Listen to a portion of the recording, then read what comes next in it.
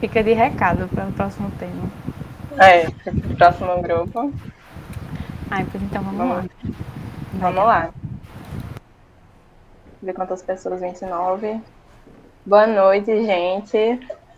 Tudo bem com vocês? Nessa quinta-feira a gente vai começar, né, a segunda reunião científica da Linfec. A gente quer agradecer muito a professora Mônica por ter topado mais uma vez estar aqui com a gente durante a noite, né? E hoje a gente vai falar sobre um tema que a gente escuta falar, porém é pouco estudado pela gente durante o curso, durante o quarto período, né, que é quando a gente paga a infectologia. E a gente vai falar sobre a profilaxia pré-exposição, conhecida como PrEP, né? E a gente colocou antes, a antecipação vale o esforço? Então a gente vai conversar um pouquinho sobre isso. Como ligantes, né, tem eu, Gabriele e Carolina, e a professora convidada é a doutora Mônica. E aí, antes de a gente falar sobre a PrEP em si, especificamente, a gente tem que entender como estão as estatísticas sobre HIV e AIDS no mundo atualmente. E aí, começando a falar sobre as pessoas que estão vivendo com HIV. Em 2020, são 37,6 milhões de pessoas. No caso, 1,5 milhões de pessoas foram infectadas recentemente, em 2020 também, né? E desde o início da epidemia, quantas pessoas foram infectadas ao longo do tempo? 77,5 milhões. Já as pessoas que morreram de doenças relacionadas à imunodeficiência desde o início da pandemia foram 34,7 milhões. E aí, agora, a gente tem que ver a evolução, né? Como foi o acesso à terapia antirretroviral, como foi essa evolução. E aí, bora lá. No final de dezembro de 2020, 27,4 milhões de pessoas tinham acesso à terapia, contra 7,8 milhões em 2010. Já em relação às pessoas que morreram de doenças relacionadas à imunodeficiência em 2020, foram 690 mil. Mas aí, essa evolução do acesso à terapia antirretroviral, ela foi significativa? As pessoas que estudavam isso previam isso? Tinham metas relacionadas a isso? Como é que funcionou? E aí que a gente entra na meta 90, 90 e 90, que foi uma meta desenvolvida pela UNAIDS, né, pelas Nações Unidas, que falava o seguinte: até 2020, 90% das pessoas que conviviam com HIV tinham que ter conhecimento sobre o seu estado diagnóstico. Em relação a essas pessoas, né, 90% delas deveriam estar em tratamento, ou seja, tomando a terapia antirretroviral. Dessas pessoas, 90% deveriam estar com a supressão viral. E aí a gente sabe, né, hoje, como foi bem falado na reunião de segunda, essa supressão é muito importante para reduzir a transmissão do vírus, justamente porque quem está com a supressão viral não vai transmitir o vírus para outras pessoas. E aí, como a gente está, né, em 2020? Na verdade, 84% das pessoas sabiam do seu status, 73% tinham acesso ao tratamento, em contrapartida, 66% tinham a carga viral indetectável. Então, apesar da meta estabelecida, que foi uma meta bem usada, né, a gente não chegou nesse patamar. E agora vamos discutir em relação ao Brasil. Domingo retrasado, na verdade, teve a 25ª Parada do Orgulho LGBT+, que ocorreu em São Paulo, né, foi transmitida via internet, e o tema foi sobre HIV, justamente por dois motivos, né? Primeiro foi porque faz 40 anos do primeiro caso de AIDS diagnosticado em território brasileiro, e também para tentar desmistificar e quebrar alguns tabus e preconceitos que ainda existem e que muitas pessoas ainda, até mesmo profissionais de saúde, né, ainda têm em relação a essa síndrome e ao vírus. E agora, sobre a prevenção, né? Como é que a gente faz essa prevenção? Porque a gente sempre vê muito o uso de preservativo, distribuição em carnaval, em datas mais grandes, em comemorações mais grandes, mas apenas o uso do preservativo é útil? E a resposta é não. É claro que ele é muito importante, mas não é apenas um método, apenas uma ação que vai mudar a evolução da epidemia. Então, a gente tem a prevenção combinada, que é adotada pelo Ministério da Saúde, justamente que mostram várias ações, vários métodos para a gente tentar reduzir essa prevalência. Então, dentre elas, tem a profilaxia pós-exposição, a profilaxia pré-exposição, que é a PrEP, né? Além disso, prevenir a transmissão vertical, a imunização de outras infecções sexualmente transmissíveis, né? No caso, a hepatite B, o HPV, justamente porque a gente sabe que tem essa relação de pessoas que têm infecções sexualmente transmissíveis, sem estar, enfim, incluir a hepatite B, tem maiores chances de adquirir se tiver uma relação desprotegida. E aí, quando essa infecção é por uma infecção que gera uma ulceração, essa chance ainda aumenta. A redução de danos, diagnosticar e tratar as pessoas com IST, além do uso de preservativo, ainda é muito importante, claro. Tratar todas as pessoas vivendo com HIV ou AIDS, né? Justamente porque você tratando aumenta a chance de supressão da carga viral. E testar regularmente as pessoas para o HIV, porque se você sabe que você tem, você trata, e aí você consegue essa supressão. Só trata, no caso, né, quem sabe que tem. E agora a PrEP. O que é a PrEP? Como é usada? Como ela é usada no Brasil? Existem estudos sobre isso? Qual é a melhor forma? Vamos conversar um pouquinho sobre isso. O que é? É uma intervenção biomédica baseada no uso de antirretrovirais. Então, ela é uma intervenção que visa a profilaxia, a prevenção. Então, ela é utilizada em pessoas que não possuem o vírus, né?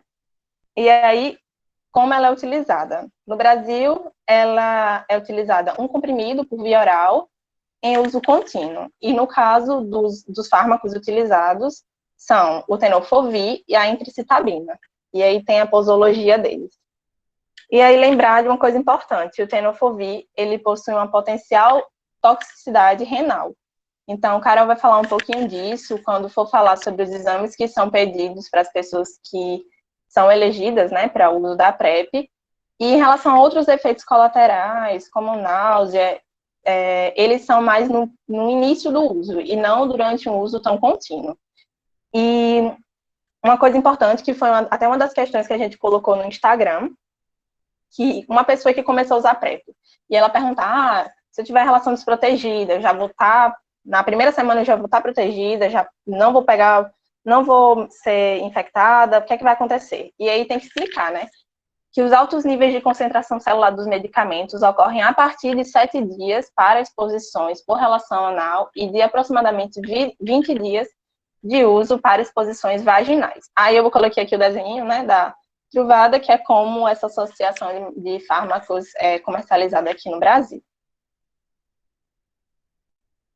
Agora, as populações-chave em maior risco de infecção. A gente tem que entender quem é que tem maior chance, onde a prevalência é maior, em que população, para poder distribuir a PrEP de forma efetiva e que realmente tenha um custo-benefício adequado num sistema de saúde tão grande, né, como é o SUS. E a gente vai ver o panorama global. Então, mulheres profissionais do sexo possuem 13 vezes mais essa população, né, tem uma taxa de incidência de HIV 13 vezes maior do que na população em geral. No caso de pessoas que usam drogas injetáveis, de 22 vezes maior. Homens gays e outros homens que fazem sexo com homens, 28 vezes maior. E mulheres transexuais, 13 vezes maior. E aí a gente entra num ponto que isso é o panorama global. Aqui no Brasil, essa taxa de mulheres transexuais, da população trans, aumenta e cerca de 30% dessa população vive com HIV. Então, e o segundo lugar, né, vem para homens que fazem HSH, né, que aí chega em torno de 10% da população. Pode passar. E agora, a gente entende o motivo dos segmentos populacionais prioritários. Antes de eu falar um pouco sobre esse quadro, entender que por incrível que pareça, ainda existem pessoas que falam, né, comportamento de risco, grupo de risco, e mesmo que o termo comportamento de risco seja um termo mais recente, ele ainda não é um termo mais adequado para poder a gente falar sobre essas pessoas que estão mais expostas à infecção. Então, é bom a gente entender que essas populações, elas são populações que estão em situação de maior vulnerabilidade para a infecção do HIV, seja por estar em condição de situação de rua, no caso de pessoas que usam drogas injetáveis, né? E no caso da população trans, onde a prevalência é muito grande, a gente aponta para o fato da assistência ao serviço de saúde. Muitas vezes essa população ela sofre o preconceito dentro do próprio serviço de saúde e acaba procurando menos, tendo menor incentivo para retornar. Então, atentar para esse termo de comportamento e grupo de risco, que grupo de risco nem se fala, né, já muito ultrapassado, e para atentar nessa situação de vulnerabilidade que essas populações acabam sofrendo. Então, os segmentos populacionais que estão no PCDT, né, de PrEP, para poder ter o acompanhamento, são gays e outros homens que fazem sexo com homens, pessoas trans, profissionais do sexo e parcerias sorodiscordantes para o HIV. E aí, basta ser desse segmento populacional? Não, né? Tem que ter critérios de indicação da PrEP, que incluem relação sexual anal ou vaginal sem uso de preservativo nos últimos 6 meses ou episódios recorrentes de infecções sexualmente transmissíveis ou uso repetido de profilaxia pós-exposição. No caso, a PrEP, né? Então, aquela pessoa que sempre está procurando, porque teve uma exposição maior, né, tendo sexo desprotegido, então também está nesse critério de indicação. No caso das parcerias sorodiscordantes para o HIV, são aquelas pessoas, né, que têm relação anal ou vaginal com a pessoa infectada pelo HIV sem preservativo. A doutora Mônica até falou segunda-feira, né, sobre isso, achei muito interessante, e a gente não pode colocar a responsabilidade da prevenção sempre no outro. Claro, a gente tem que ter a nossa própria prevenção, e a PrEP entra aí como uma ação importante no caso de parcerias sorodiscordantes. Além disso, também é utilizada durante o planejamento familiar, em pessoas que querem engravidar e o parceiro é uma pessoa que vive com HIV, então também é usado nesse caso. Em relação aos usuários por população, a gente entendeu quem usa, agora a porcentagem dessas populações no Brasil. A gente tem que a maioria é da população gay / HSH, 82,7%. E eu quero atentar aqui para que todo mundo observe os usuários da população travesti, das mulheres trans e dos homens trans. Como é baixo, em comparação com essa população que eu citei anteriormente. Então, mostra uma contradição, né? Uma contradição entre a população que é mais afetada e a população que mais usa a PrEP. Então, mostra que essa necessidade de a gente tentar ver ações públicas, enfim, para tentar aumentar a adesão e a procura dessas pessoas, da população trans, ao serviço de saúde, já que essa população é a mais afetada pela infecção, certo? Deixa eu só interromper um pouquinho vocês aqui, meninas, e eu acho que vocês... Deixa eu ligar a câmera aqui.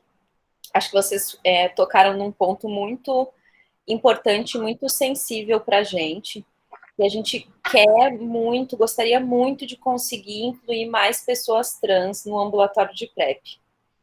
A gente tem muita dificuldade que essas pessoas cheguem no serviço de saúde, e muitas vezes quando chegam, já estão infectadas pelo HIV, porque a prevalência é em torno de 30% aqui no Brasil para a população trans. Então, agora a professora Manuela está fazendo um ambulatório trans lá ali no IMT, né, no Giseuda, e aí a gente está tentando puxar do ambulatório dela as pacientes para o ambulatório da PrEP. Mas a procura ainda é muito baixa. Outra coisa que chama a atenção da gente é que a maioria dos pacientes da PrEP são pacientes com uma escolaridade muito alta. A grande maioria tem 12 anos de estudo ou mais. Ou seja, não reflete nem de longe o que é a população brasileira. Mesmo a população HSH, né? Então, a gente, assim, até se vocês, como Linfec, quiserem pensar em parceria com a LASEG ou com alguma outra liga ou alguma outra coisa, com a IFSMA, enfim, para a gente tentar pensar em alguma ação que a gente pudesse fazer para atingir mais esse público da população trans, que é o menos coberto pelos ambulatórios de PrEP no Brasil todo, não é só aqui em Natal, né? E outra coisa que vocês comentaram ali que eu acho legal a gente falar é que muitas vezes, logo no início que a PrEP chegou, né, a gente ouviu até de infectologistas, assim, a PrEP veio para os HSHs poderem transar sem camisinha. E dói muito ouvir isso, assim, porque é um tipo de comentário que você não quer ouvir de um médico, muito menos do infectologista, né? Então, o que eu sempre falo nessas ocasiões é que a PrEP também tem um papel muito importante para o planejamento familiar dos casais hétero, em que um tem HIV e o outro não. E a gente já tem, eu acho que uns 5 bebês filhos da PrEP no nosso ambulatório. O nosso ambulatório começou em 2018, se não me engano. Então, a gente já tem 5 bebezinhos que nasceram sem HIV graças à PrEP, né? Porque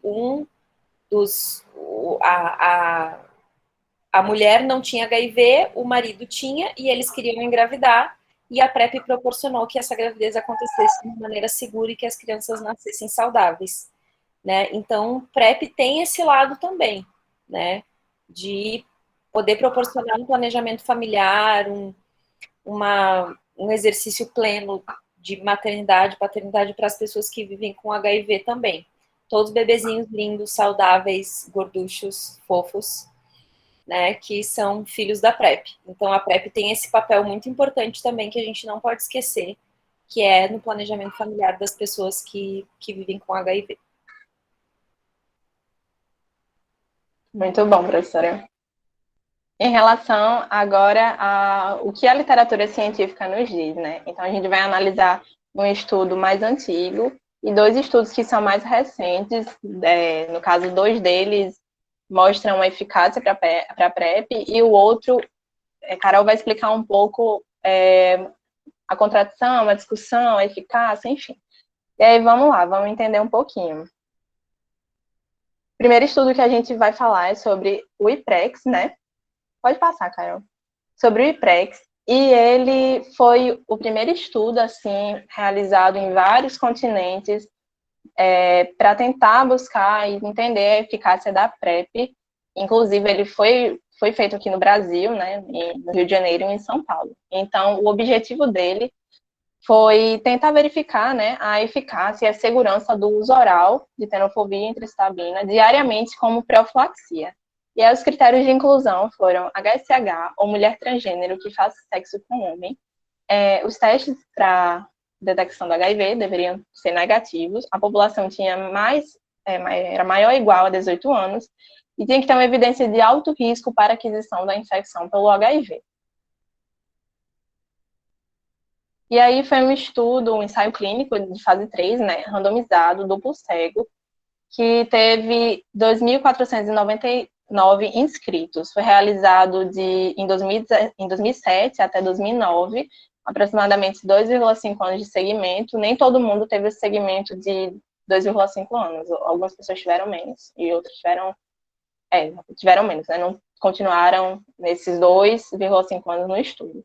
E os países onde o estudo foi realizado: no Peru, no Equador, no Brasil, na África do Sul, na Tailândia e Estados Unidos.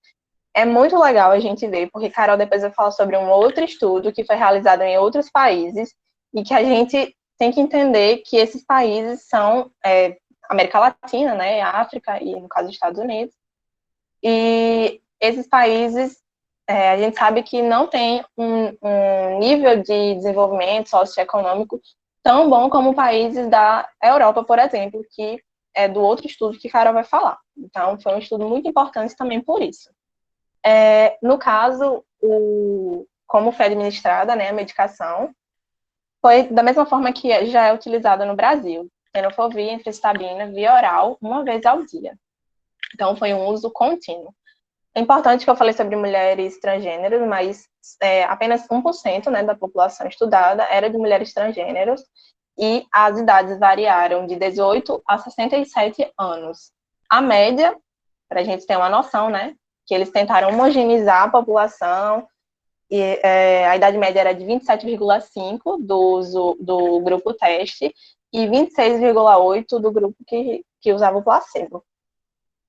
Eu trouxe aqui essa tabela para a gente ver o nível educacional das pessoas. A professora disse agora, né, muito, muito interessante isso, a gente observar as pessoas que estavam em uso durante o estudo, né? E aí o nível educacional. A maior parte tinha completado o segundo grau, né? E outras já tinham passado do segundo grau. Então, tinham uma condição de estudo e de discernimento das coisas bem melhor. O cara vai falar sobre outro estudo também, a gente dá para fazer essa comparação entre os dois. E aí eles adotaram intervenções de prevenção padrão, que eram intervenções que eram oferecidas para todas as pessoas do estudo, justamente para tentar reduzir essa infecção e essa possibilidade de infecção, e faz parte também, né, da ética do estudo. Então, era disponibilizado teste para HIV, aconselhamento para redução de risco, preservativos, teste de tratamento para IST, como gonorreia, clamídia, uretrites, né, sífilis e herpes simples. E teste de tratamento para IST em parceiros sexuais também. A PrEP, em caso de exposição desprotegida a parceiro com HIV, era oferecida, e nesse caso a PrEP era suspensa. E a vacinação contra a hepatite B também foi oferecida, nem todos aceitaram, né? E algumas pessoas até foram infectadas pelo vírus da hepatite B durante o estudo e foram tratadas e tiveram que suspender a PrEP também. Em relação às visitas do estudo, porque eles buscaram intervenções para poder evitar, minimizar danos, aconselhar as pessoas, e agora as visitas do estudo, que eram feitas regularmente. Então, as pessoas tinham que falar o sexo referido, o que faziam, né? O uso de álcool também foi apontado, a avaliação de exposições de risco, a dispensação de medicamentos e contagem de comprimidos, para a gente ver a adesão dessa pessoa, e o aconselhamento sobre a adesão. Testes rápidos para HIV também eram disponibilizados. E em relação à taxa de uso, como é que foi? Como é que eles mediam isso? Era a partir de 3 coisas: contagem de comprimidos, o autorrelato. Então, a pessoa ia lá e referia: tomei 3 vezes na semana, tomei metade do mês só, né? Era o autorrelato. E o registro de dispensação. Em relação à taxa de uso da pílula autorrelatada, como é que foi entre os dois grupos? Em 4 semanas, o placebo foi mais ou menos 89%, o grupo teste 92%. Na 8ª semana, né, era 93% e 94%, e após esse tempo tornou-se muito semelhante. Então, o grupo teste acabou tendo uma adesão maior nesse autorrelato de pílulas, né, que a gente tem que deixar isso claro, que é o autorrelato, mas depois foi muito semelhante entre os dois grupos. Agora, em relação às práticas sexuais, a gente viu, né, um pouquinho de como foi dessas visitas de estudo. Agora, como eram as práticas sexuais? Eram bem semelhantes nos dois grupos. O número total de parceiros sexuais com os quais o entrevistado teve relações sexuais anais receptivas acabou diminuindo, e foi observado um maior uso de preservativos durante o estudo, né? O acompanhamento da adesão era realizado a partir da alteração das aminotransferases hepáticas, até para ver essa questão da hepatite também, né? A hiperbilirrubinemia e insuficiência renal, justamente pelo tenofovir ter aquela reação, né? Eles estarem em investigação. O medicamento do estudo foi temporariamente descontinuado em 21 indivíduos, justamente por causa da profilaxia pós-exposição que as pessoas tomaram para evitar a infecção pelo HIV. E a taxa de uso da pílula autorrelatada também foi um parâmetro para acompanhar a adesão. Em relação aos eventos adversos, aqui tem uma lista, né? Mas eu quero pontuar 3 coisas que foram responsáveis, né, futuramente para novas discussões, inclusive no estudo que a Carol vai mostrar. A gente vê o nível de creatinina, que foi maior, o aumento, né, ocorreu em maior grau nos pacientes teste, a náusea e a perda de peso não intencional. E aí, eles pontuaram esses eventos como os expressivos para poder pensar na possibilidade do medicamento estar fazendo alguma alteração no organismo. A fratura de ossos, que é muito questionada, não foi observada tanta diferença, mas eles deixaram em aberto para novos estudos, novas possibilidades, e para atentar mais a esse fato. Em relação à descontinuidade do uso da droga, foi bem parecida nos dois grupos, tanto a descontinuidade permanente como a temporária. Então, não se mostrou uma diferença tão expressiva. Agora, qual foi o efeito, né? O efeito da PrEP sobre essas pessoas. Foi observada uma soroconversão em 110 pessoas, mas em 10 pessoas, essa soroconversão foi observada logo na inscrição. Então, essas pessoas, elas não continuaram o estudo, né, porque elas foram infectadas antes do momento do estudo. E 100 pessoas tiveram, enfim, tem esse dado, né, lá no estudo, 40 cópias por ml, e elas foram infectadas durante o segmento do estudo. 36 no grupo de uso do medicamento e 64 no placebo. E aí eles chegaram à conclusão, claro que não tão superficial, como eu estou falando aqui, né, que a eficácia da profilaxia pré-exposição foi de 44% em comparação com o grupo placebo. Mas aí, a gente tem que observar... Pode passar, Carol. A gente tem que observar a porcentagem, né, de detecção, porque não adianta a gente pegar o autorrelato da pessoa e entender que essa pessoa tomou a droga certinha e usar isso como critério para saber se a PrEP é eficaz ou não. Tinha que ver a detecção da droga no plasma e no meio intracelular, né? O estudo fala sobre esses dois pontos. Então, o autorrelato de uso foi alto, foi muito alto. Porém, a exposição medida objetivamente ao remédio, ela foi menor. Então, quando foram feitos testes para ver quanta medicação tinha no organismo da pessoa, não bateu, né, os resultados não bateram com o autorrelato da pessoa. E aí eles levantaram hipóteses, né, assim, foi por causa dos efeitos colaterais? Foi por causa do conhecimento sobre a possibilidade de estar tomando placebo? Eles levantaram isso. Eles fizeram um estudo, né, de caso controle para poder observar dentre as pessoas que tomaram o medicamento. E aí eu vou pontuar os casos nos casos que houveram a soroconversão. A gente observa aqui que do total de pessoas que a droga não foi detectada, nesse quadro que está em vermelho, né? A droga não foi detectada no sangue em 31 pessoas, no caso 91%. E aí, em relação aqui tem reporting, né? URAI, que é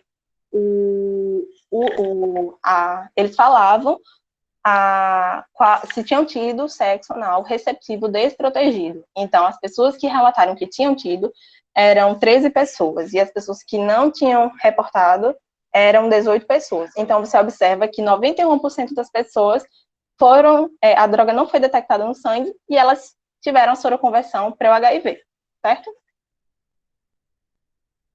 Em relação a alguns pensamentos que a gente pode ter e alguns questionamentos. O comprometimento da função renal. A maioria foi autolimitada e não foi confirmada na repetição do teste de uma nova amostra. Então, eles suspeitaram, pode ser devido a outras causas.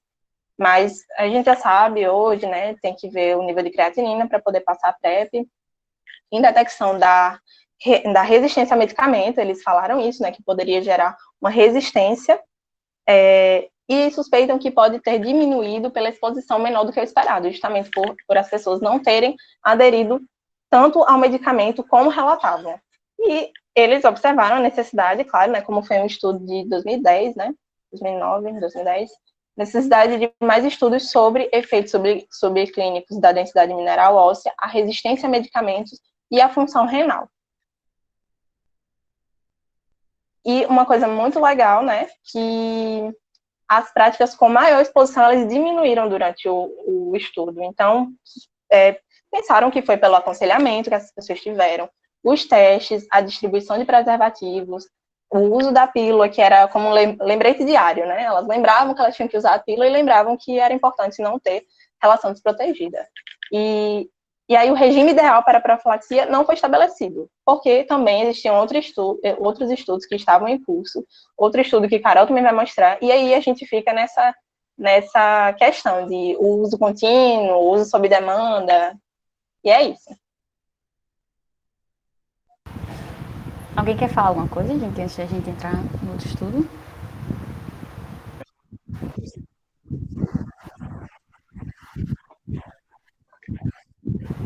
É.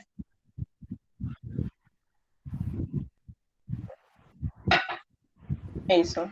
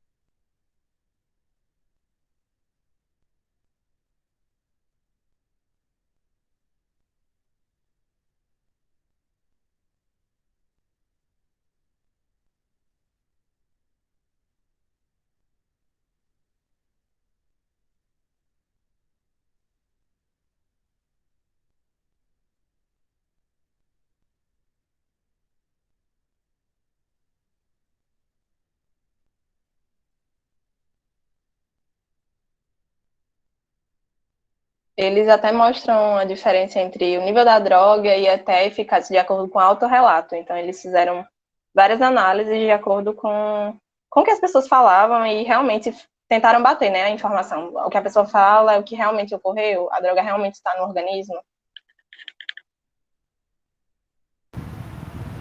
E aí, até assim, somando ao diálogo que a gente estabeleceu, como o Gabi falou, existiu essa estatística de que a PrEP funcionaria ali em cerca de redução de 44%, sendo que a gente não tem certeza de que essa era a única forma de você utilizar a profilaxia.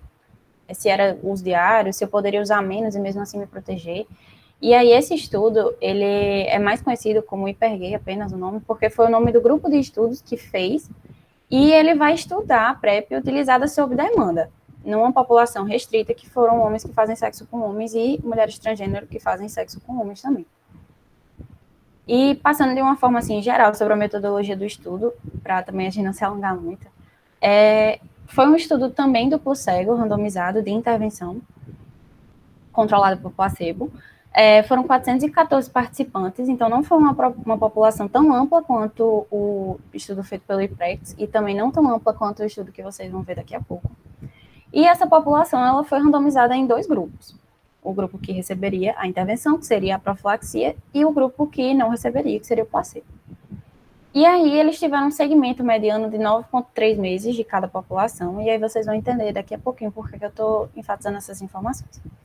E, por último, o estudo foi publicado em dezembro de 2015, então, de certa forma, ele tem uma vantagem de possuir arcabouço teórico de outros estudos que também estavam trabalhando com a PrEP para ser realizado. E outra coisa que retomo o que a doutora Manca falou na segunda e o que a Gabi já falou, ele foi realizado em 2 países, na França e no Canadá, que são, assim, países de alto nível socioeconômico de desenvolvimento. São países que têm altos níveis de escolaridade e baixos níveis de vulnerabilidade social. Então, assim, a gente tem que interpretar também os seus resultados de acordo com isso. E aí, certo, eu falei que a população foi randomizada, e quem foi essa população, né? Os critérios de inclusão incluíam pessoas que não estavam infectadas pelo HIV no momento. Essas pessoas precisavam ter mais de 18 anos. Alguém quer falar alguma coisa aqui? Não sei se abriram o microfone. Não, acho que... Eram homens que faziam sexo com homens ou mulheres transgênero que faziam sexo com homens e que possuíssem alto risco de infecção. E o que seria esse alto risco? Que praticassem sexo anal desprotegido com pelo menos 6 parceiros nos últimos 6 meses. E aí eles excluiriam as pessoas que testassem positivo para hepatite C crônica, as pessoas que possuíssem o antígeno da hepatite B E pessoas que possuíssem um clearance de creatinina menor do que 60 milímetros por minuto. E o que Gabi falou é porque, de fato, existem estudos que eles procuram saber se, por exemplo, o tenofovir, ele tem ação direta de toxicidade nos túbulos renais. E aí, assim, não se tem 100% de certeza, pelo que a gente entendeu. Como vocês viram, existem formas diferentes de analisar, mas eles precisavam ter, de certa forma, uma margem de segurança. E aí eles também excluíam as pessoas que já possuíssem disfunções hepáticas e renais. Um elogio assim que eu tenho a fazer esse estudo, porque ele possui uma metodologia muito bem descrita. Então, eles falavam que as enzimas hepáticas, elas não poderiam estar acima de 2 vezes e meia maiores do que os limites de normalidade. Eles tinham todos parâmetros muito bem, assim, estabelecidos. E aí, essa população, ele randomizou. E o que ele tentou fazer? Como o Gabi já trouxe, existem essas intervenções de prevenção padrão, que eles tentavam, assim, homogeneizar ao máximo 2 grupos populacionais para que eles conseguissem, de fato, entender o impacto da intervenção e não de, entre aspas, né, outros fatores externos. E aí eles fizeram basicamente o mesmo protocolo da questão do aconselhamento, dar preservativo, gel lubrificante, e como vocês já viram. E aí, qual é o diferencial desse estudo, né? O estudo do IPERGAY, ele traz o uso da profilaxia sob demanda, como eu já falei. E o que seria isso? É um estudo que você vai utilizar, se você está no grupo intervenção, você vai tomar propriamente dita e o outro grupo no placebo, 2 comprimidos, 2 a 24 horas antes da relação. E a primeira coisa que eu me perguntei, eu acho que é o que vocês provavelmente estão se perguntando, é como é que eu vou saber, né? Então, esse estudo, de certa forma, ele conta com um controle do indivíduo sobre isso. Então, de certa forma, é um planejamento. Você tomaria 2 comprimidos dentro dessa temporalidade, um comprimido 24 horas depois da primeira dose e um comprimido 48 horas após. E esses 2 comprimidos finais, eles são chamados de comprimidos pós-exposição. Se você tivesse relação sexual em um dia e você continuasse tendo em dias seguidos, você não tomaria nesse regime, você tomaria os 2 comprimidos que eles chamavam de dose de ataque e continuaria tomando até finalizar esse período. E aí você tomaria os 2 comprimidos pós-exposição. E aí, já pulando para assim, os resultados mais brutos do estudo, ele contou com a soroconversão de 19 participantes. A gente vê aí um número bem menor do que o estudo anterior. E eles eram acompanhados frequentemente, pessoal. Então, eles tinham assim, um controle magnífico. 3 desses 19 participantes aconteceram, né, as seroconversões, entre a randomização e o prosseguimento, então eles não entraram dentro da estatística propriamente dita, e 16 durante o estudo. Dessas 16 pessoas, 2 aconteceram no grupo que estava tomando a PrEP e 14 no grupo placebo. Então, eles têm um maravilhoso resultado de redução da incidência de HIV-1 em 86%, com significância estatística, como ele já bem mostra. E aí, uma coisa que mesmo assim nos incomoda é que, certo, 2 pessoas, ainda que utilizavam a PrEP, elas foram infectadas. Então, será que é só porque não é 100%, né? Não existe nada 100%? E aqui eles mostram que não, que na verdade essas 2 pessoas, como eles tinham esse acompanhamento da mesma forma que o IPREX, de retorno dos comprimidos que você não utilizou, controle de dispensação, eles perceberam que delas 2, a primeira que soroconverteu, ela devolveu 58 dos comprimidos que ela tinha recebido, e ela recebia 60, e a outra devolveu todos. Então, assim, eles concluíram que esses 2 casos estavam muito relacionados a essa baixa adesão. E aí, certo, então quer dizer que funciona 100%, perfeito, você vai aderir à sua prática clínica desse jeito?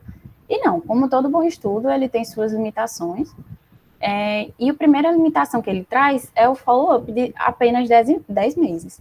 E apesar de parecer um tempo considerável, quando a gente pega tempos aí de 2, 3 anos, você consegue ter uma ideia de como a sua população aderiu a essa profilaxia de uma forma mais factível. Porque aqui você está falando de populações que tinham um bom conhecimento de risco, que elas compreendiam muito bem o que era essa vulnerabilidade, e uma população que estava, assim, no que eles chamam de euforia do início do estudo. Então, talvez, se ele tivesse passado aí 3 anos acompanhando essa população, ele não tivesse a mesma estatística. Da mesma forma que ele traz essa questão da visão individual de risco. É uma profilaxia sob demanda. Então, E se você não achar naquele dia que você precisa tomar, porque você tem certeza de que aquele seu parceiro não está infectado, sabe? Então, é um fator que acaba recorrendo no terceiro ponto que eu botei. Depende muito dos seus hábitos sexuais. Pode ser que você utilize várias vezes em um mês e em outro mês não. E existe essa intermitência medicamentosa, que, como eu já falei, tem mês que você toma mais, tem época que você toma menos. E aí eles trazem, assim, um dado de segurança. Ó, a gente teve uma mediana de 15 comprimidos por mês, e essa mediana foi suficiente para proteger a população do meu estudo.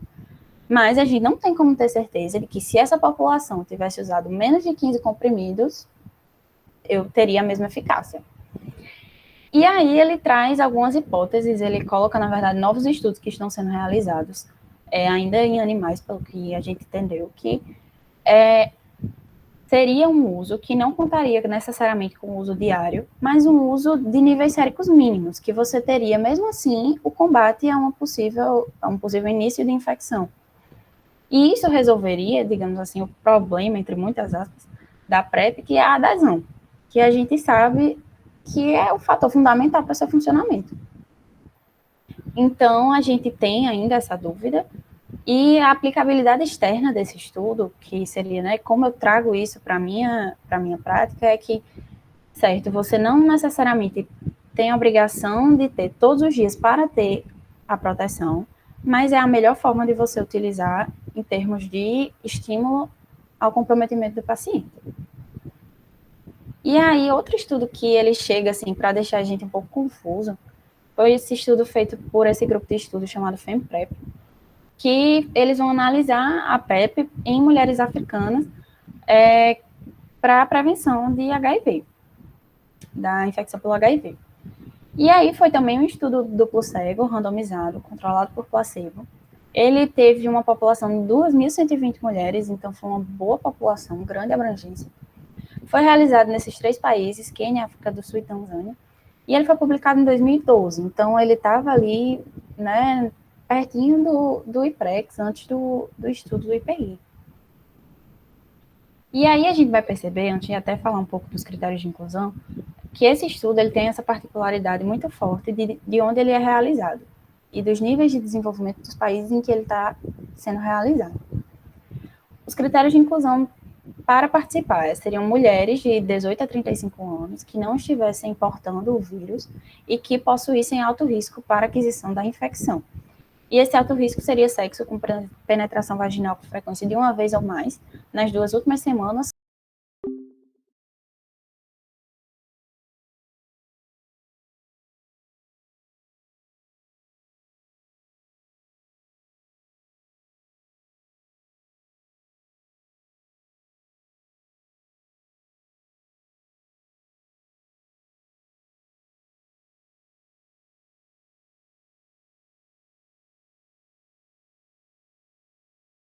Ter a teoria. E aí eles excluiriam, de forma bem parecida com os últimos estudos, pessoas que possuíssem um antígeno da hepatite B e pessoas que possuíssem funções anormais hepáticas ou renais. E aí, como eles utilizavam, né? Como foi feito? Eles possuíram as mesmas medidas de intervenção padrão de controle que eu falei sobre, que a Gabi falou, perdão, sobre a distribuição de preservativo, a questão de oferecimento da PEP, enfim. E eles utilizavam o uso diário de tenofovir entre citabina, da mesma forma que o IPEX. E uma coisa que eu acho legal de, assim, ressaltar aqui, que é uma das formas que o estudo se fortalece, que eles fizeram um estudo também de caso controle com as mulheres que soroconverteram. Esse estudo, ele foi interrompido. Ele não conseguiu mais, depois de um tempo, conseguir mostrar a eficácia da profilaxia. Então, ele foi encerrado, porque ele não estava mais trazendo benefício, digamos assim. E aí ele pega seus dados e ele pega, para cada mulher que soroconverteu, ele pega 3 que não soroconverteram para estudar, né? Qual foi a diferença? E aí, nos resultados desse estudo, passando, né, bem por cima, mas 33 mulheres que estavam no grupo de ingesta da profilaxia soroconverteram e 35 no grupo placebo. E aí você para olhar e faz, nossa, realmente, a diferença é mínima. Então, a gente trouxe o efeito tanto faz, no sentido de você tem a diminuição de chance, você tem aumento de chance, você pelo que ele trouxe, tanto faria. Sendo que, quando esse estudo traz os seus resultados, assim, ele não chega nem a tentar formular uma porcentagem, ele começa a problematizar, né, que dessas mulheres que estavam em ingesta, elas não tinham compatibilidade dos níveis séricos necessários para a proteção em relação ao discurso que elas tinham, porque elas tinham um discurso de adesão, mas elas não correspondiam nos exames laboratoriais que eles faziam, da mesma forma que os estudos anteriores. E aí, assim, não houve redução significativa, mas menos de 40% das mulheres infectadas estavam com níveis séricos de uso correto no período anterior à janela imunológica. E o que seria isso? Nesses estudos de caso controle, eles perceberam que a mulher, quando eles tentavam, assim, fazer uma retrospectiva de como estavam as últimas mensurações dos níveis séricos, não correspondia. Ela dizia que estava usando de forma regular, mas ela não estava com nível protetor. Então, ela se infectou e foi demonstrar no teste no tempo que você colheu. E algumas informações complementares que eles, assim, colocam para, inclusive, auxiliar nessa nossa desconfiança de que, nossa, foi a adesão realmente que prejudicou as estatísticas desse estudo, é que eles trazem pouquíssimos eventos adversos. E, assim, apesar da PrEP não ser um regime medicamentoso tóxico de muitos efeitos, quase impossível de utilizar, eles se perguntam, será que se a gente tivesse tido uma aderência maior à profilaxia, não teríamos mais eventos? E, além de tudo, eles trazem também a problematização. Essas mulheres utilizavam muito pouco a PrEP, pelo que os níveis falavam. Então, elas não conseguiam ter o mínimo nível de proteção. Então, aqueles 20 dias que elas iriam levar para estarem protegidas, elas também não conseguiam ter. Então, essa baixa adesão foi ainda mais prejudicial. E aí, outro ponto, assim, que enfraquece um pouco a conclusão estatística é que 13% da população foi perdida no segmento. Então, a gente questiona aí, né, as suas resoluções.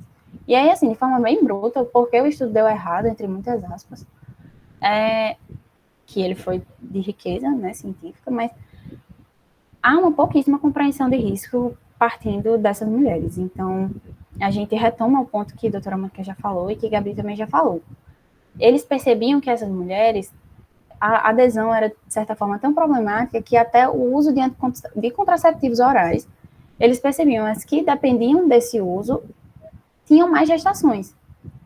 Então, assim, será que a adesão delas não se prorrogou de uma profilaxia para outra prevenção? E aí eles tentam trazer outras explicações de, será que essa nossa estatística talvez não esteja correta? Que eles trazem, será que a profilaxia poderia mascarar uma infecção? Por reduzir a carga viral e o número de anticorpos? Mas, ao mesmo tempo, eles já falam, não, porque foi muito parecido o número de infectados, assim, do grupo controle e do grupo intervenção. E aí eles se perguntam, será que ambientes mais inflamatórios, essa hipótese, assim, essa questão das citocinas, veio de outro estudo que utilizou o tenofovir em gel intravaginal, eles percebiam que a eficácia dele não era tão alta em mulheres que tinham maior concentração de citocinas. Mas não era suficiente para contra-argumentar. E aí eles ficavam, será então que o efeito da profilaxia pode ser reduzido em casos de alta carga viral no parceiro? E aí é uma dúvida que a gente não soube muito bem responder, fica inclusive aberta a discussão para quem quiser, porque de certa forma é uma pontuação, né? E aí, assim, o que tiramos desses estudos, né? Porque a gente decidiu conversar sobre eles? Que eles demonstram que, apesar da gente muitas vezes ter a noção do básico da PrEP, a adesão é a principal fonte de funcionabilidade. Não só a adesão, como a gente colocou a retenção ao serviço de saúde, a gente precisa da busca dessas pessoas, a gente precisa trazer as pessoas para o serviço e retê-las, no sentido de dar seguimento. E a gente precisa, assim, conhecer ainda a questão da ingesta mínima dos medicamentos. O uso diário ele é muito positivo no sentido de você não vai ter o perigo, se a pessoa aderiu, ela sabe que todo dia ela tem que tomar, ela não vai lembrar, tem que tomar tal dia, tanto tempo antes. Mas que, de toda forma, o panorama atual, a forma de uso atual no Brasil, ela funciona. E aí a gente vai passar, assim, para uma aplicação de tudo que a gente viu até agora, é de o que é que a gente tira desses estudos? É como manejar o paciente que não chega. Se ele quer começar a PrEP, se ele não quer, se eu acho que ele vai, que ele seria um bom candidato ao uso da PrEP. E a gente vai falar um pouco sobre isso. Alguém quer falar alguma coisa também? Antes de a gente passar? Não? Eu acho que o que esses estudos mostram, né, principalmente, é que a medicação só funciona quando ela é tomada. Se o paciente não tomar a medicação, ela não vai funcionar, né? Basicamente é isso. Então, o que aconteceu no estudo das mulheres? Muito provavelmente uma baixa compreensão do risco de infecção pelo HIV. Então, não se entender como um risco alto e, por isso, talvez não usar a medicação da maneira mais correta, o que acabou levando a um grande número de infecções, né? E, assim, o nível sérico da droga não mente. É uma medida objetiva. Eu vou lá, coleto sangue, tem droga ou não tem droga. Agora, a pessoa dizer ou não que tomou ou não tomou os comprimidos é uma coisa que está muito sujeita a informações não corretas, né? Então, em relação à questão da carga viral do parceiro, se isso realmente fosse um problema, isso deveria ter aparecido nos estudos do iPrex e do Hipergay também.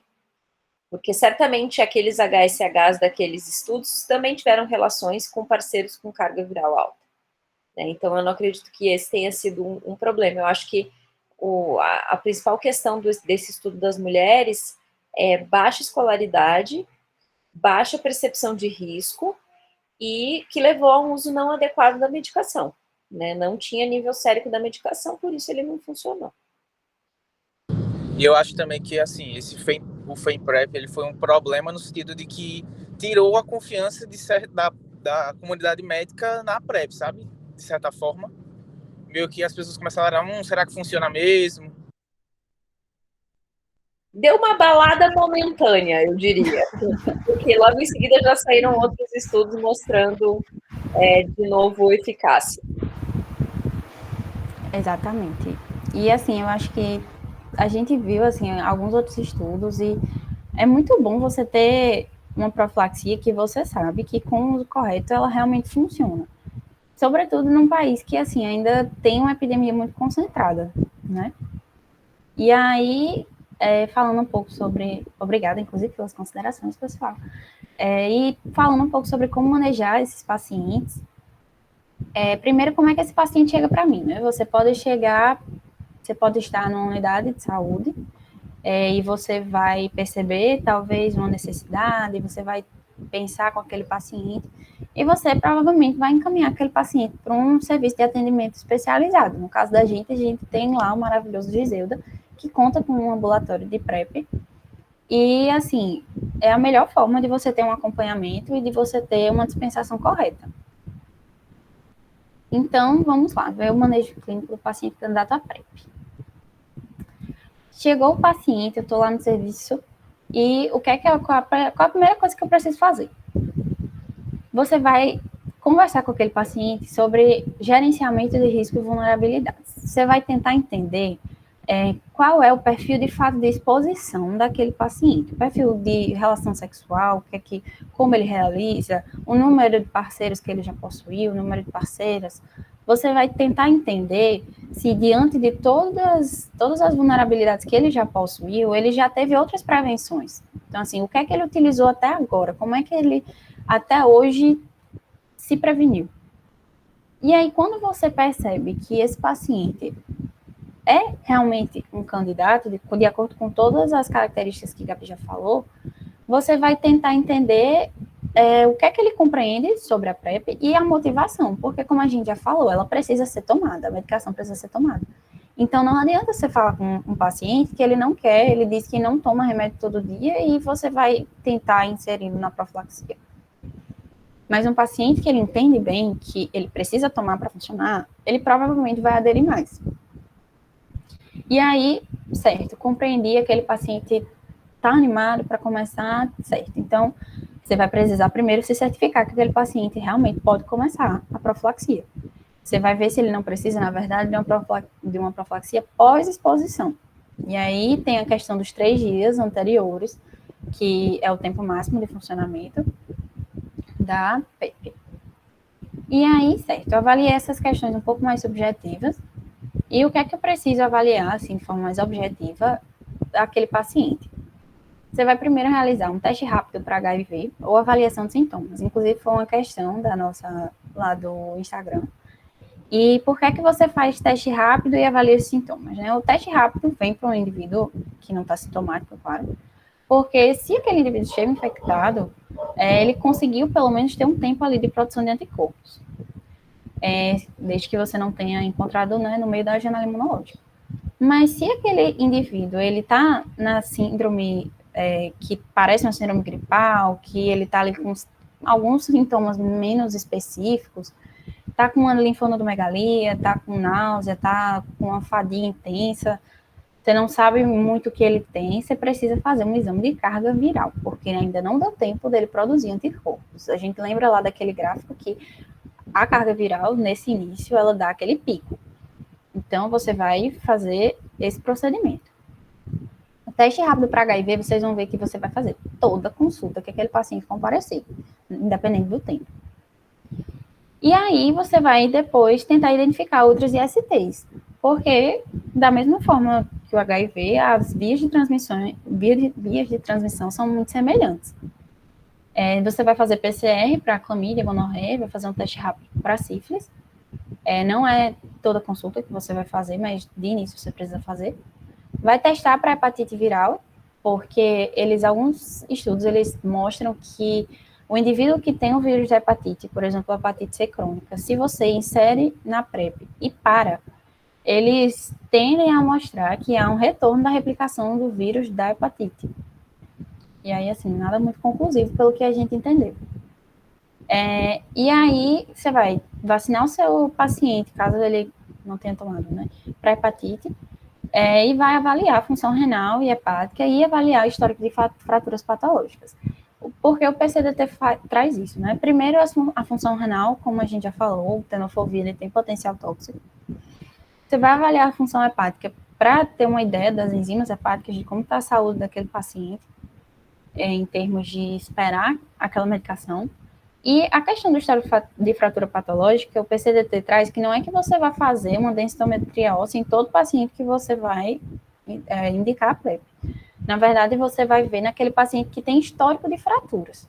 Se ele tem histórico de fraturas patológicas de facilidade, então você vai agora analisar para não ter o risco da profilaxia causar efeitos muito assustadores. E aí, certo, passei todos esses exames para o meu paciente e ele vai voltar. Ele deve voltar ali em torno de 2 semanas a 1 mês. Eles trazem que não precisa ter tanta pressa, assim, de chegar o mais rápido possível, mas quanto mais cedo você começa a PrEP em um paciente que está em vulnerabilidade, melhor. E aí você vai fazer um novo teste para HIV, teste rápido, vai avaliar os exames de triagem, ver novamente se aquele paciente não se expôs nos últimos 3 dias para utilizar a PrEP, vai avaliar a motivação para o uso da PrEP, porque, como a gente falou, é sobre adesão, vai prescrever a PrEP. Primeiro, você não vai prescrever para 3 meses. O que o PCDT orientou é que você prescreva primeiro para 30 dias, depois você vai prescrever para 60 dias e depois você vai começar a prescrever de 3 em 3 meses, porque você precisa acompanhar como ele está participando, como ele está aderindo. Depois você vai orientar sobre estratégias para melhor adesão. Tenta fazer com aquele paciente que ele coloque um alarme, que ele tem um aplicativo, inclusive, que ele fala o Viver Bem, ver se ele não tem uma rede de apoio que possa auxiliar nesse processo de utilização. E aí você precisa também orientar sobre os efeitos colaterais, porque, para não assustar também, caso ele surja. Por exemplo, uma náusea, fadiga, tontura, flatulência. Orienta aquele paciente que eles podem chegar e que eles têm potencialmente a chance de serem autolimitados. Então, ali depois de 1 mês, muitas vezes eles vão embora. E aí, passou aquele período de adaptação, eu vou ficar com aquele paciente de rotina para avaliação do uso da PrEP. Você vai, toda consulta trimestral, você vai avaliar sinais e sintomas de infecção aguda, para não ter o perigo de você fazer um teste rápido, não funcionar, e aquele paciente acaba desenvolvendo. vai avaliar o peso do paciente por aquilo que Gabi falou lá no comecinho, sobre a questão da perda de peso não intencional, então você precisa ver mais ou menos como é que ele está se comportando. Vai avaliar eventos adversos, para saber, né, se o paciente está tendo algum que ele não esteja conseguindo sustentar. Vai avaliar a adesão, então você vai conseguir ter, inclusive no sistema, a forma de dispensação daquele paciente, se ele está tomando direitinho, se ele está devolvendo muito comprimidos. Vai avaliar as exposições de risco dele, para acompanhar, inclusive, a necessidade da profilaxia. Vai fazer a dispensação dos antirretrovirais após a prescrição, mas é claro que antes disso você tem que ver se o paciente ele vai precisar continuar. E aí, de forma mais objetiva, você vai fazer quais exames, né, para o segmento. Teste para HIV, como eu já falei, trimestralmente. Teste para sífilis, também trimestral. As outras ISTs você vai buscar semestralmente. E os testes para hepatite B vão depender da susceptibilidade do seu paciente, e teste para hepatite C você vai fazer trimestralmente também. E aí, é aquele momento que chega o que Gabi falou também, sobre o monitoramento da função renal. Como a gente já falou aí várias vezes, há um potencial, então você precisa avaliar de forma contínua o clearance de creatinina, sempre pensando naquele limiar de 60. Dosar a ureia, dosar a creatinina e avaliar a proteinúria, questão de microalbuminúria, para ter noção de como está a saúde renal do seu paciente. Você vai monitorar a função hepática, sobretudo com as enzimas STL, ALT, e vai fazer o teste de gravidez, se necessário. E aí, falar sobre tudo isso, sobre adesão, né, cada vez mais a gente precisa pensar em como auxiliar esse paciente. E o que é que você vai fazer? Você dispensou a medicação. Você precisa orientar aquele paciente sobre outras medidas de prevenção. A prevenção, como a gente falou, ela é combinada. Existem 3 tipos de formas de você prevenir essas infecções. Você vai identificar barreiras e facilitadores da adesão. E o que seria isso? Ver como é que aquele paciente está realmente conseguindo lidar, como tomar aquela medicação todos os dias, como é que está na casa dele, se aceitam, se não aceitam. Esse tipo de relações um pouco conflituosas. Você vai reforçar a questão da boa adesão e da efetividade para que aquele paciente sempre tenha consciência. E utilizar os dados mais objetivos do histórico de dispensação para que você também não caia na questão do autorrelato, né? E, assim, já chegando, né, no final, quando é que eu vou interromper a PrEP? Né? Eu posso interromper do dia para o outro? Como é que pode? Geralmente as pessoas interrompem quando elas possuem um diagnóstico de infecção pelo HIV, se elas possuem, claro. O desejo da pessoa de não utilizar mais a medicação, a gente até botou também lá no Instagram da Linfec, era um caso de uma mulher que ela tinha, o esposo dela era tinha HIV, e aí foi o caso de um divórcio, e aí ela queria parar a profilaxia para exposição. A mudança no contexto de vida, da questão da exposição, de diminuição da frequência de práticas sexuais, a critério do paciente, e isso você também tem que ajudar a analisar. A persistência ou ocorrência de eventos adversos relevantes, e a baixa adesão, que mesmo que você tenha investido muito naquele sistema, se você percebeu que aquele paciente não está conseguindo lidar, não adianta também, né, investir numa profilaxia que ela não, como a professora falou, ela só funciona se ela for tomada. E aí, se você interrompeu a PrEP, você pode já seguir vida normal, entre aspas, né, que não seja normal, mas se você teve relação de risco, pelo menos nos últimos 30 dias, você precisa continuar a profilaxia por mais 30 dias. E se interrompeu, realizar o teste rápido para HIV após 4 semanas da interrupção. E aí é isso, gente. Falamos muito, mas muito obrigada a todos pela atenção. Muito boa apresentação, parabéns aí, viu? Parabéns, meninas, ficou ótima a apresentação. Eu acho que o principal da PrEP é isso que vocês colocaram agora no final, muito bom. PrEP é para quem quer. Então, o fundamental é a pessoa querer tomar. A PrEP não é para quem eu acho que deve tomar, é para quem quer tomar. Então, às vezes a gente pega, já aconteceu comigo no ambulatório de PrEP, de, assim, um colega infecto encaminhou um paciente que é parceiro de um casal discordante. O homem tem HIV, a mulher não tem, a mulher tem, o homem não tem. E às vezes essa pessoa chega no ambulatório de PrEP e a gente vê claramente que ela não quer, ela está ali porque ela foi mandada, mas ela não está afim de tomar aquele comprimido, né, de usar aquela medicação todos os dias. Então, para essas pessoas, a PrEP não vai funcionar, e provavelmente ela não está indicada, né? Então, a gente já teve que suspender PrEP no ambulatório em função disso, assim. O paciente voltar na consulta de 30 dias, aí você vê, não, demorou 10 dias para começar a tomar, aí tomou uma semana, aí a PrEP dá muito gases no início, né? Geralmente na primeira semana, os pacientes ficam bastante de gases. E aí parou, suspendeu, aí esse paciente a gente já orienta que não tome mais a PrEP, né? Pode voltar no ambulatório quando quiser, mas nesse momento a gente vai suspender a medicação.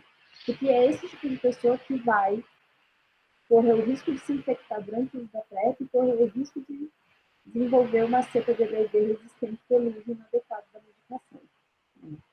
Então, acho que a mensagem, uma das mensagens principais é essa: PrEP é para quem quer, é quem está motivado a tomar a medicação, né? E não para quem a gente acha que deveria tomar, porque às vezes a pessoa não concorda com a gente, né? Não se acha com um risco, enfim, não está motivado naquele momento.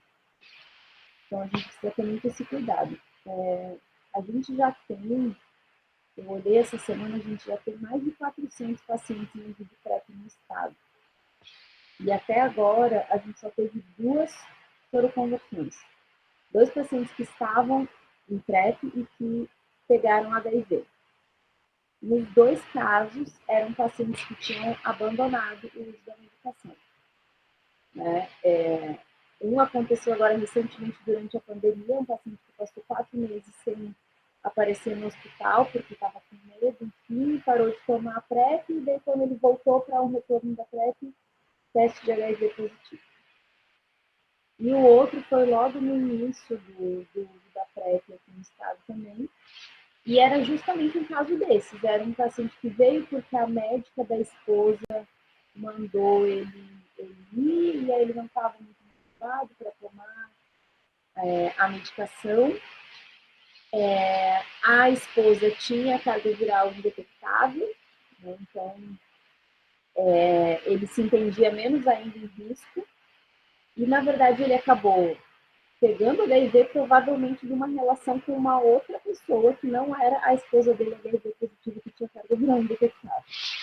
Então são coisas que enfim, acontecem, né? Como a gente viu na reunião de segunda-feira, até no ensaio clínico randomizado, as pessoas traem e pegam HIV de outra pessoa que não é o parceiro que está no estudo que virá na vida real. Então, os principais cuidados que a gente precisa ter em relação à PrEP são esses. A gente não teve, pelo menos que eu me lembre, nenhum caso que descontinuou a medicação por efeito colateral. A gente teve 2 pacientes que fizeram um rastro cutâneo importante com o uso da PrEP, os 2 profissionais de saúde, e nenhum dos 2 quis parar a medicação, porque eles sabiam que se parassem não ia ter outra opção, né? Não tem uma segunda opção de PrEP. Não consigo usar tenofovir e ventristatina, vou usar outra coisa. Não tem, não tem, só tem isso, né? E aí os 2 ficaram tomando antialérgico por um período e depois conseguiram tolerar a medicação e estão usando PrEP e até hoje felizes da vida. Então, assim, é uma medicação muito, muito bem tolerada, muito tranquila de ser tomada, funciona muito bem, né? A gente vê pelos casos de sífilis e de gonorreia, que às vezes aparecem no ambulatório de PrEP, então as pessoas realmente estão se expondo, estão tendo relação sem camisinha e não estão pegando HIV, estão pegando outras coisas, né? Sífilis e gonorreia, mas não estão pegando HIV. Então, acho que a mensagem é essa, né? Tá disponível para quem estiver motivado a tomar e fizer o uso correto da medicação, vai funcionar muito bem. Né? Outra coisa para a gente fechar, a PrEP sob demanda, ela já foi endossada pelo OMS, mas ela ainda não está aprovada para uso aqui no Brasil. Né? O Ministério da Saúde não recomenda que a gente prescreva PrEP sob demanda. Por todas aquelas questões que vocês colocaram muito bem, né? O nosso nível de escolaridade é outro, exige todo um planejamento, né? Então a pessoa precisa saber que naquele dia ela vai sair, vai encontrar alguém, vai ter uma relação que pode ser desprotegida, vai ter que tomar, né? É complexo. Funciona também, parece funcionar, mas precisa ser alguém muito organizado, muito estruturado, com uma vida muito controlada, né? Para poder usar desse jeito. Tem mais estudos em andamento com PrEP sob demanda, então provavelmente nos próximos anos aí a gente vai ter mais evidências nesse sentido para nos ajudar a identificar para quem prescrever, né, e como prescrever melhor. Professora, teve uma dúvida aqui no chat que é melhor você responder, com certeza. Não, ele perguntou, Francisco perguntou quais os exames que antes de começar a PrEP, se eles derem alterados, eles fazem a contraindicação. Como é que está funcionando a PrEP aqui no Brasil? A gente, na verdade, a gente não faz exames antes da prescrição da PrEP. O que contraindica o início da PrEP numa primeira consulta? Relação sexual desprotegida nos últimos 3 dias. Porque nesse caso eu vou fazer profilaxia pós-exposição primeiro, 28 dias de profilaxia pós-exposição, e depois a pessoa já volta no ambulatório da PrEP para suspender a profilaxia pós-exposição, repetir o teste de HIV e se der negativo, aí sim começar a PrEP. A gente faz a primeira consulta, não tendo exposição, não tendo suspeita de HIV agudo, a gente inicia a profilaxia pré-exposição, e aí solicita função renal, função hepática e faz um retorno com 30 dias. Se nesse retorno algum exame tiver alterado, aí a gente vai avaliar esse paciente com mais cuidado, vai repetir os exames, primeira coisa, para ver se não foi algum erro laboratorial, enfim. Vai avaliar, por exemplo, deu função hepática alterada, será que esse paciente tem uso de alguma outra medicação concomitante que altera a função hepática? Será que é uma hepatite que eu não consegui diagnosticar pelo teste rápido, que a gente faz sempre de hepatite B, hepatite C? É uma alteração de função renal, então vamos ver, está usando alguma outra coisa que possa alterar, está tomando creatina, que é, né, super na moda, usou anti-inflamatório não esteroide por um período prolongado, prévio à coleta de exame, que a gente sabe que também altera a função renal. Então, tomei 15 dias de ibuprofeno porque estava pegando muito pesado na academia, fiquei com muita dor muscular e fiquei tomando. Isso pode alterar a função renal momentaneamente, então a gente repete o exame, marca um retorno com 30 dias, reavalia a possibilidade de reiniciar a PrEP na próxima consulta. Né? Então, o que a gente tem feito é isso, até para não perder a oportunidade de prescrever PrEP para alguém que está em risco. Né? Então, o que vai nos impedir de prescrever na primeira consulta é basicamente isso. Ou então é alguém que tem algum problema já de função renal de base. Tem, sei lá, litíase renal de repetição e já teve alteração de creatinina em função disso. Tem história de fratura patológica, o que é muito difícil, porque geralmente é uma população jovem, então difícil a gente ter caso de fratura patológica, né? E é basicamente isso, então assim, não tem muita contraindicação para PrEP, né? Nos pacientes mais velhos, que às vezes é hipertenso ou é diabético, aí a gente olha a função renal com mais cuidado, né? Monitora mais seguido, mas é basicamente isso, é uma medicação muito tranquila para ser tomada, pelo menos é o que parece, né, até o momento. Claro, a gente precisa ficar acompanhando, precisa fazer os exames de controle, mas também não é nada assim tão difícil.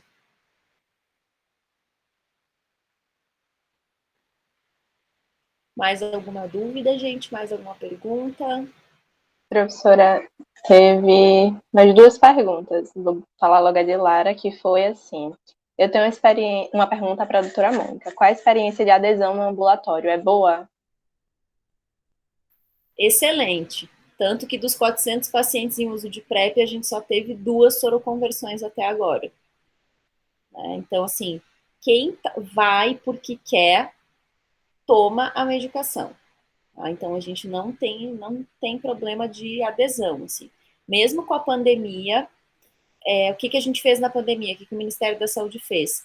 Ele passou a renovar automático as prescrições. Então, mesmo que o paciente não conseguisse agendar consulta ou fazer o teste rápido de HIV, em função da pandemia, se fez renovação automática das receitas. Então, ele ia direto na farmácia e pegava mais remédio. Tá? E a adesão é muito, muito, muito boa. A gente não tem problemas quanto a isso. Assim.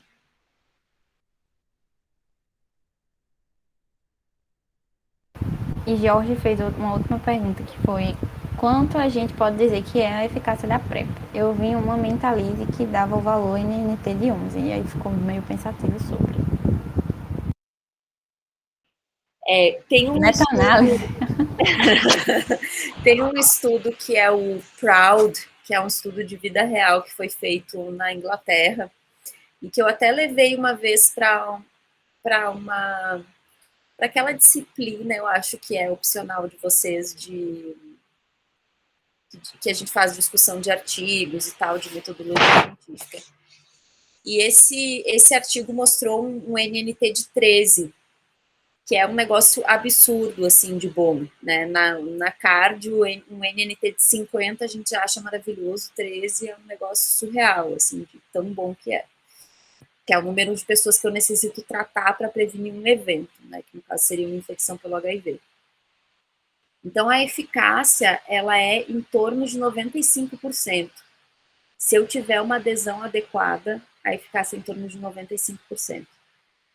Então, assim, se a pessoa tomar, não vai pegar HIV. É a mesma coisa da questão que a gente discutiu na segunda-feira.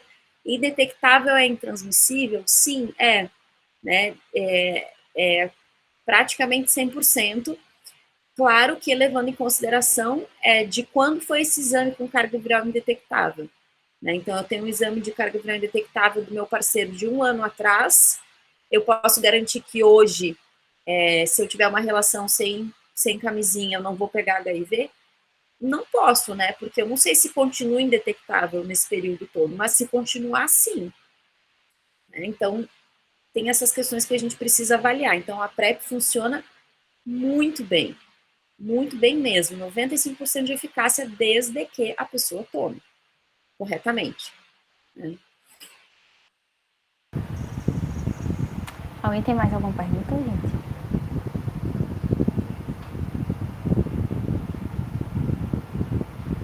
Enquanto ninguém se manifesta, professora, a gente queria agradecer muito por ter presenciado a nossa reunião.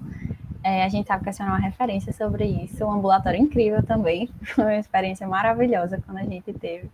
Então, muito obrigada, e muito obrigada a todo mundo também que esteve presente. Obrigada, gente. E ajudem na divulgação, façam propaganda. O ambulatório de PrEP não precisa de referência, é só chegar lá no ambulatório e dizer que quer marcar consulta, a gente marca. Atualmente tem 3 médicos atendendo PrEP no Giseuda, que somos eu, professor Areto e doutora Vanessa, que é médica do estado. A gente sempre tenta encaixar todo mundo e atender todo mundo o mais rápido possível.